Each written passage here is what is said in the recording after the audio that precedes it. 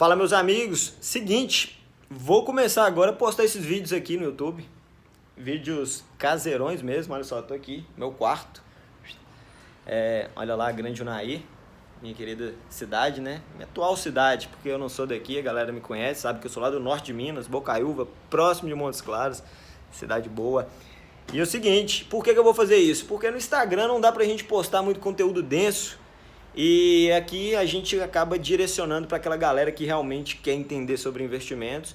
E sei que tem muito conteúdo por aí, mas aqui o bate-papo é livre, leve e solto, realmente para poder fazer você pensar por um outro ângulo, talvez. Certo? E é o seguinte, também não vai ter frufrufru, sem edições de imagem, até porque eu não tenho essa capacidade, né, profissional e artística para fazer isso. E também não vou pagar ninguém para poder fazer, porque minhas prioridades são outras, meus caros. Todo mundo sabe aí que eu sou tarefado pra caramba, ajudo a galera a investir. E o X aqui da questão é conhecimento, pô. É eu falar o que eu sei, o que aprendi durante todo o tempo aí de estudo, desde a época da escola, que no ensino médio eu já dei total atenção para geografia, apesar de ter pego minha primeira recuperação na 7ª série em geografia. Mas enfim, fui professor de geografia, né? Entrei na faculdade lá em 2008, formei em 2012.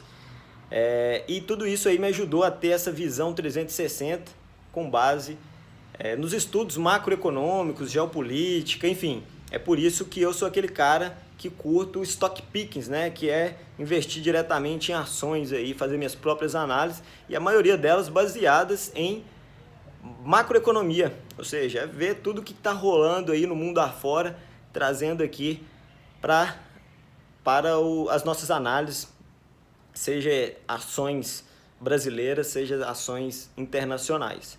Também invisto em ETFs, lógico, isso compõe aí a minha estratégia. E é isso, a gente vai estar sempre falando aqui, vamos estar falando aqui dentro de casa, como se eu tivesse te convidado para trocar uma ideia aqui comigo, beleza?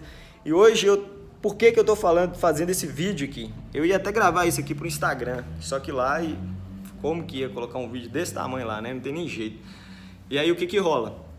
A gente está planejando aqui uma viagem, a Bia e eu planejando uma viagem, viagem para minha cidade natal mesmo, né? Visitar minha família. Mora 600 quilômetros daqui, pô, é muita coisa. E aí o que mais pesou aqui na hora de fazer esse planejamento foi o quê? Preço do combustível. A galera aí tá vendo.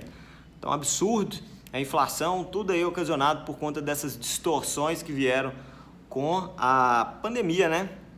E o preço do combustível eu fiquei abismado. Por quê? Porque eu nem ligo muito para isso não, cara. Porque eu não utilizo muito carro, né? No meu dia a dia. Quando a gente mudou para cá, a gente pensou em toda essa logística. A Beatriz, ela tem uma clínica que basta descer o elevador aqui, ela já está lá. Eu tenho meu escritório em casa, atendo meus clientes muitas das vezes na casa deles, e tudo hoje, né, com essa transformação aí, a maioria dos meus clientes, mesmo eles sendo conservadores, eles já conseguem trocar informações aqui pelo WhatsApp, telefone mesmo, enfim, não tem essa necessidade de um escritório físico, né, ainda aqui, embora a gente tenha um escritório físico lá na minha cidade, né, natal, Bocaiúva. Mas enfim, meus amigos, sobre o combustível, vejo muita gente falando abobrinha aí, e eu não tolero gente que fala por falar, né?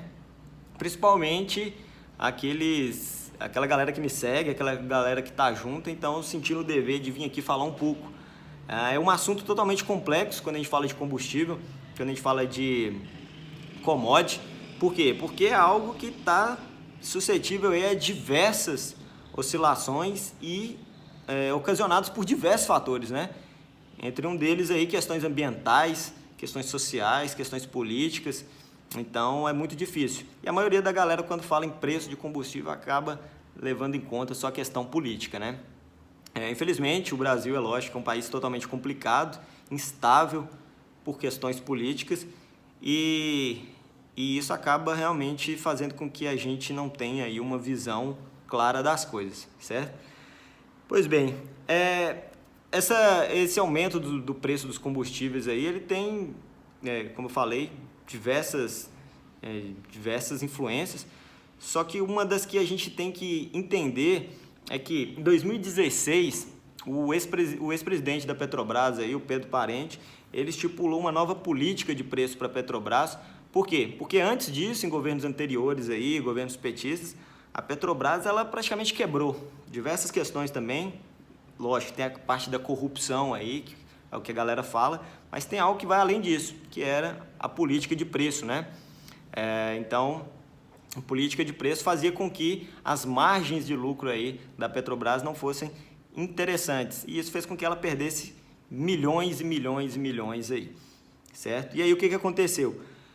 2016 instituíram uma nova política, a política de paridade internacional, né? Essa paridade internacional aí, ela é baseada nos custos de produção e nos próprios custos de importação, que essa política de paridade aí, ela acabou até se intensificando no governo Bolsonaro com a política além de uma política de paridade dos preços lá do petróleo praticados lá fora, tem também a questão da paridade com os custos de importação, né? Então, tudo aquilo que é gasto aí no processo de trazer essa commodity para cá, está sendo levado em conta aqui no preço do nosso combustível. E aí que entra o X da questão.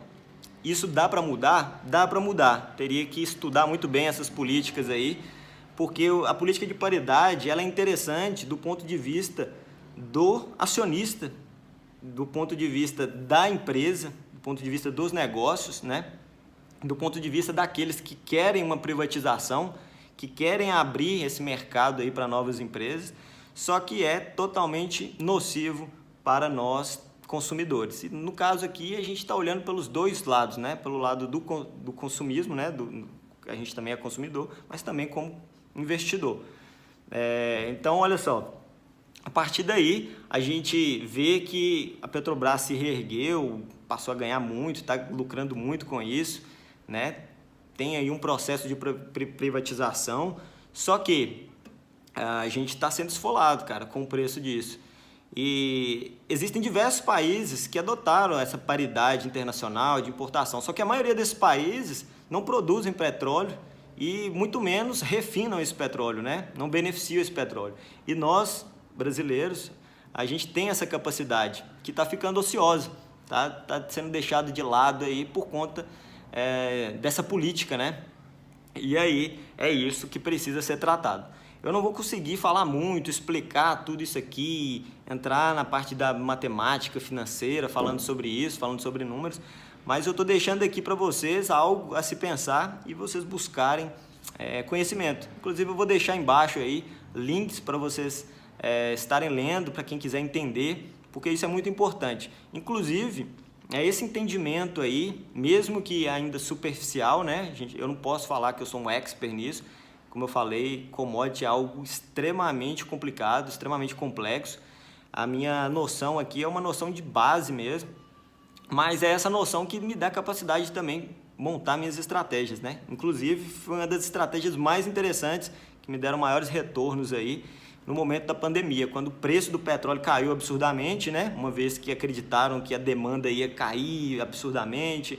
Enfim, tudo isso aí provocou um recuo no preço do petróleo. E demorou muito tempo para recuperar. E hoje a gente já recuperou e está passando à frente, né, do tempo pré-pandemia.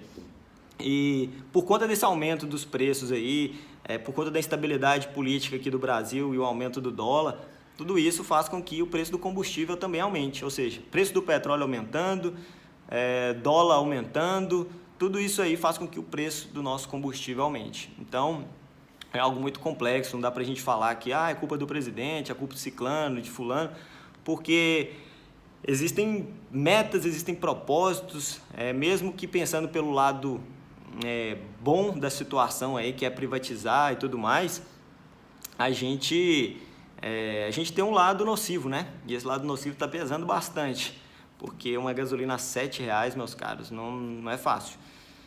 Mas enfim, como eu havia falado aí, é essa noção que me fez lucrar bastante investindo em empresas ligadas ao setor de petróleo. Por quê? O ser humano, no final das contas, ele sempre arruma uma solução. Com a pandemia não foi diferente. Bastava você ter aí essa coragem e uma gestão ali para poder colocar um dinheiro que você estava disposto a perder.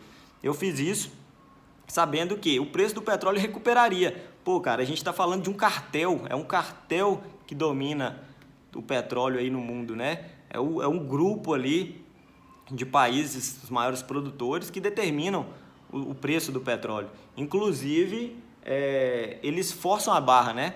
Eles manipulam como se fosse uma... eles manipulam aí de uma forma que artificialmente eles criam uma oferta e uma demanda, né? Como? Artificialmente, quando eu digo, é porque eles controlam aí a produção do petróleo, né? Peraí, o preço do petróleo tá muito baixo, vamos frear a produção aí, e nisso a gente vai conter, né?